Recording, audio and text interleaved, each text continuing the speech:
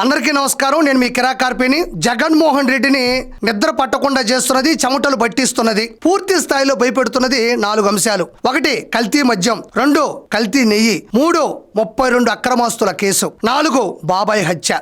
ఏదైనా సరే ఎదుటోళ్ళ మీద వేయడం అంటే బట్టని కాల్చి మొహం మీద వేసేయండి, మీరు మసి తుడుచుకోండి అని చెప్పే రకం జగన్మోహన్ రెడ్డి. అయితే కల్తీ మద్యంలో జోగి రమేష్ చేత అడ్డదిడ్డమైన కంపెనీలన్నీ పెట్టించి అవన్నీ పెట్టింది కూడా టీడీపీఏ అని చెప్పే ప్రయత్నంలో ఎలా ఇరుక్కుపోయాడో ప్రత్యేకంగా చెప్పనక్కర్లేదు. 2వది కల్తీ నెయ్యి.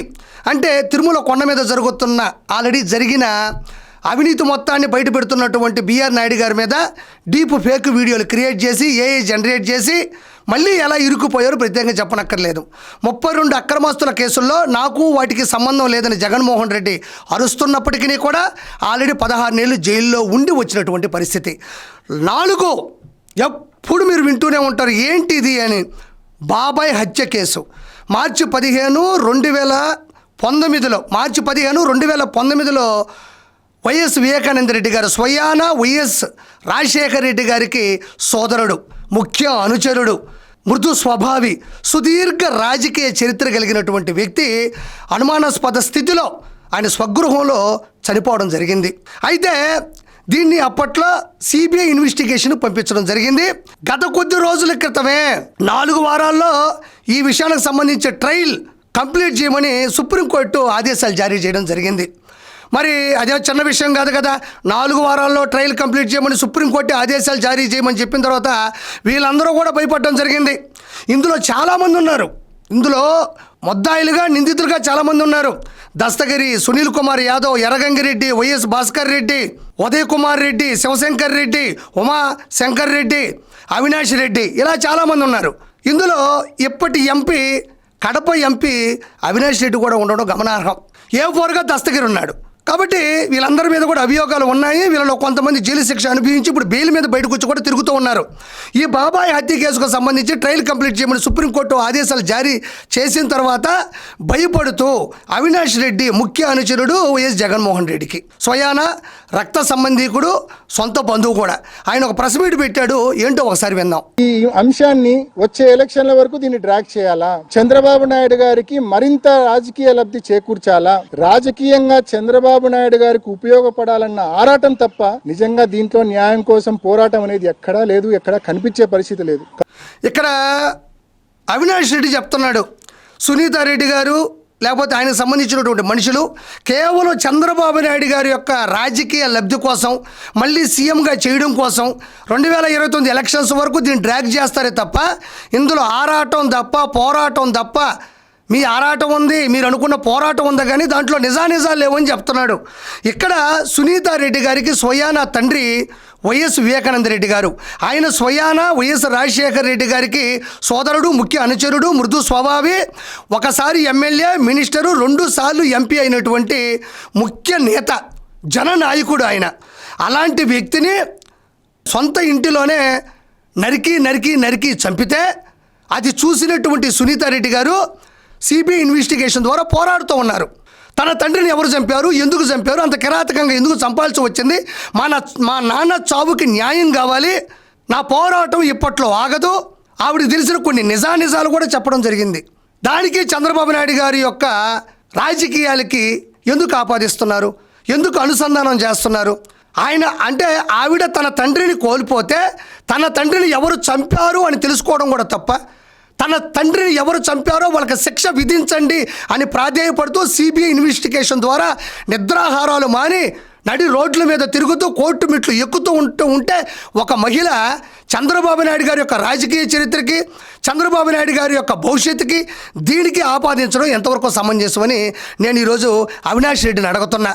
ఎవరైనా కావచ్చు, ఏ కుటుంబంలో ఎవరికైనా ఇలాంటి ఒక సిచ్యువేషన్ వచ్చినప్పుడు తన తండ్రికి సంబంధించినటువంటి నిజాలు తెలియాలి అని కోర్టు మెట్లు ఎక్కడం తప్ప, సిబిఐ ఇన్వెస్టిగేషన్ ద్వారా న్యాయం కావాలని అర్థించడం తప్ప తప్పు కాదు కదా. చంద్రబాబు నాయుడు గారు స్వతహాగానే 4 సార్లు ముఖ్యమంత్రి అయ్యారు. ఆయన యుక్త వయసులోనే యూనివర్సిటీకి ప్రెసిడెంట్ అయ్యారు. 28 సంవత్సరాల వయసులోనే శాసనసభ్యుడు అయ్యాడు. 3 పదుల వయసులోనే 5 శాఖలకు మంత్రి అయ్యారు. ఈరోజు భారతదేశం గర్వించదగ్గ ముఖ్యమంత్రుల్లో అత్యున్నత స్థాయిలో ఉన్నారు. ఈరోజు సునీతారెడ్డి గారి తండ్రి చనిపోతే ఆ తండ్రికి సంబంధించినటువంటి విషయాన్ని చంద్రబాబు నాయుడు గారికి లబ్ధి చేకూరాలి అని సునీతారెడ్డి గారు ఎందుకు పోరాడతారు?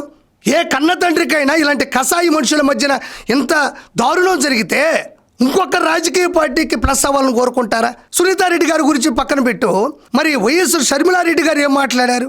స్వయాన జగన్మోహన్ రెడ్డి గారి చెల్లెలు ఏం మాట్లాడారు? ఒకసారి విందాం, ఇది వినండి. మరి చిన్న రాయితో కొడితేనే మీకు హత్యాయత్నంలా ఉంటే రాజశేఖర రెడ్డి గారి తమ్ముణ్ణి, వివేకానంద రెడ్డి గారిని, ప్రజానాయకుణ్ణి 7 సార్లు తల మీద గొడ్డలితో నరికి నరికి నరికి నరికి నరికి నరికి నరికి 7 సార్లు నరికితే ఆయన మెదడులో ఉన్న ఎంకలు కనిపిస్తున్నాయి. మరి స్వయాన జగన్మోహన్ రెడ్డి గారి చెల్లెలు ఆవిడే చెప్తారు, నరికి నరికి నరికి నరికి నరికి నరికి నరికి 7 సార్లు నరికితే ఇక్కడ ఉన్న ఎముకలు కూడా బయటపడుతున్నాయని స్వయాన సొంత చెల్లెలే చెప్తుంది. ఇంతకన్నా ఆధారాలు కావాలా? ఒకవైపు సునీతారెడ్డి గారు ఒకానొక ఛానల్లో లైవ్లో స్క్రీన్ మీద చూపించారు ఆధారాలు. ఎవరికెవరు ఫోన్ చేశారు, ఎవరు ఏ సమయంలో ఎక్కడున్నారు, ఎవరు ఎవరికి ఎందుకు ఫోన్ చేయాలి, ఎలా స్కెచ్ చేశారు, ఎలాంటి పరిస్థితులు నెలకొన్నాయని కళ్ళకు కట్టినట్టుగా మానిటర్ మీద స్క్రీన్ మీద ఆవిడ పత్రికా విలేకరుల మధ్యన సోషల్ మీడియా మధ్యన కూడా చూపించడం జరిగింది. కావాలంటే వెనక్కి వెళ్ళి చూడండి. మరి చంద్రబాబు నాయుడు గారికి సంబంధించినటువంటి రాజకీయాలకి దీనికి ఏమైనా సంబంధం ఉందా?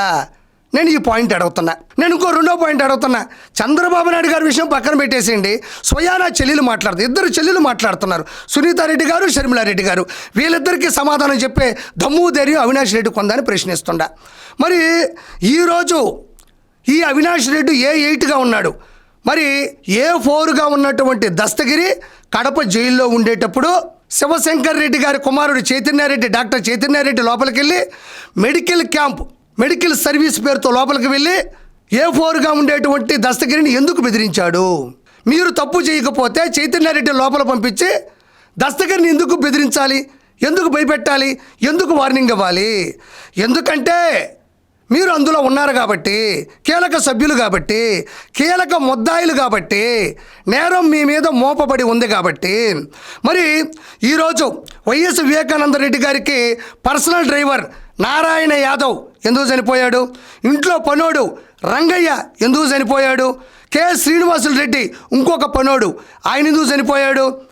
మరి స్వయాన భారతీరెడ్డి గారికి తండ్రి డాక్టర్ గంగిరెడ్డి గారు చనిపోయిన తర్వాత కుట్లేసినటువంటి వ్యక్తి వైఎస్ వివేకానంద రెడ్డి గారికి, ఆయన ఎందుకు చనిపోయాడు?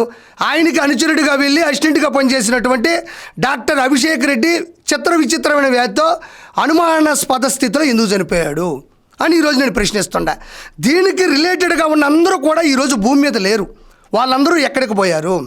దీనికి సమాధానం చెప్పే దమ్ము ధైర్యం మరి అవినాష్ రెడ్డికి ఉందా అని ఈరోజు నేను ప్రశ్నిస్తుండా. ఎందుకో కారణం ఏంటి? దారుణం ఎందుకు ఇంత దీనికి వడగట్టారు అంటే కారణం ఒకటే.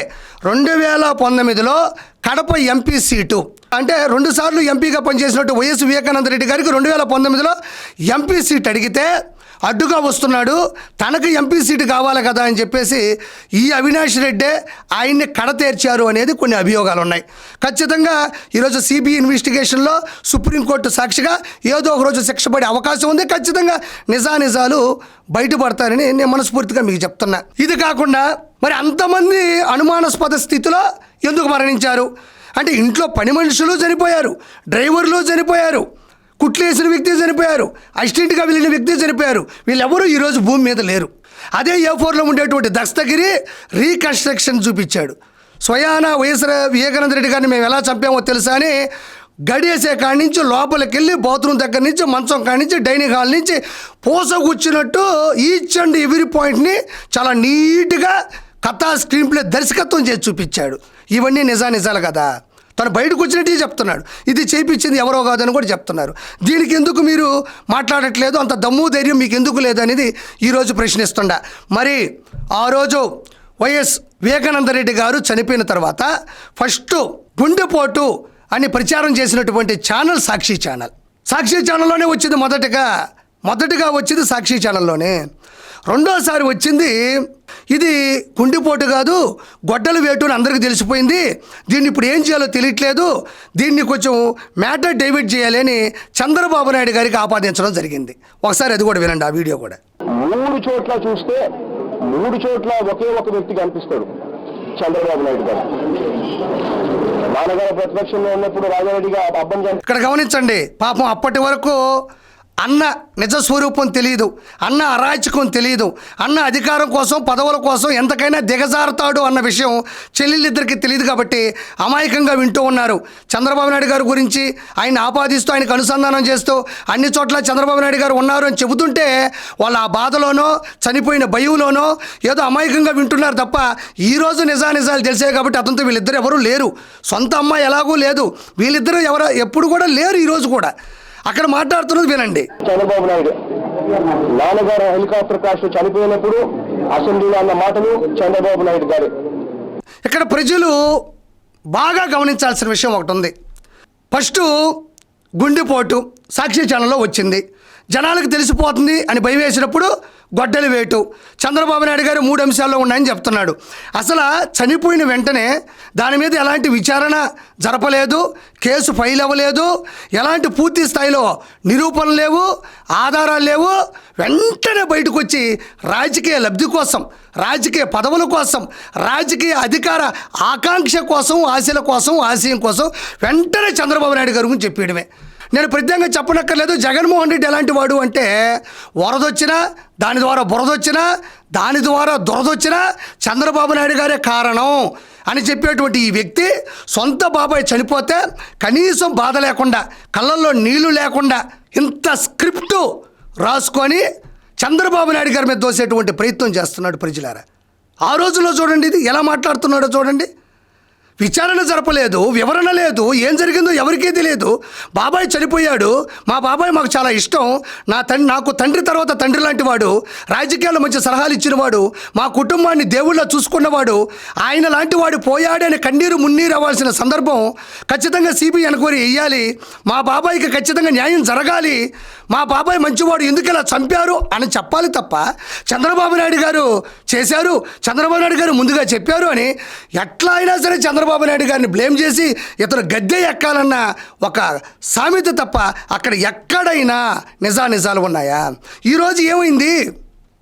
ఎంపీ సీటు కోసం అవినాష్ రెడ్డి, ముఖ్యమంత్రి హోదా కోసం నువ్వు ఎంత దిగజారిపోయారనేది ఇంతకన్నా ప్రత్యేకంగా చెప్పనక్కర్లేదు. అన్ని సాక్షి ఛానల్లోనే వచ్చినాయి.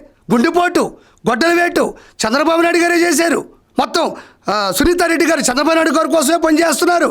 ఆవిడ ఎప్పుడు పదవులు ఆకాంక్షించలేదు, పదవుల కోసం పోరాటం చేయలేదు, తనకెప్పుడు పదవి కావాలని కోరుకోలేదు. మరి చిన్న ఉదాహరణ ప్రజలారా, వైఎస్ రాజశేఖర రెడ్డి గారి కుమారుడు ఎంపీ ముఖ్యమంత్రి అయినప్పుడు ఆయన స్వయానా తమ్ముడి కూతురు వైఎస్ వివేకానంద రెడ్డి గారి కూతురు ఆవిడ అవ్వలేదా? ఆయన కూడా 2 సార్లు ఎంపీ, ఒకసారి మినిస్టర్, ఒకసారి ఎమ్మెల్యేగా చేశాడు కదా. ఆయన బతుకున్న రోజుల్లోనే, వాళ్ళ పెదనాన్న బతుకున్న రోజుల్లోనే పెదనాన్న లేదా నాన్న నాకు ఇది అవ్వాలి అనుకోని ఉంటే ఏదో ఒక విధంగా ఆవిడ కూడా రాజకీయ నాయకురాలు అయ్యేదే కదా. చనిపోయిన తర్వాత అవ్వాల్సిన అవసరం ఆవిడకేముంది? తన తండ్రికి జరిగినటువంటి ఇలాంటి కసాయి పని మీద మధ్యన ఉన్నటువంటి వాళ్ళని పట్టించి కసితీరా వాళ్ళకి శిక్ష విధించాలని ఆవిడ పోరాడుతూ ఉంటే దానిని చంద్రబాబు నాయుడు గారికి ఆపాదించడం, చంద్రబాబు నాయుడు గారి యొక్క ముఖ్యమంత్రి పదవికి కలపడం, అనుసంధానం చేయడం, భవిష్యత్తుకి తీయడం. చంద్రబాబు నాయుడు గారికి నీచ రాజకీయాలు అవసరమా? చంద్రబాబు నాయుడు గారికి ఇంత మీకున్నంత నీచ చరిత్ర ఉందా?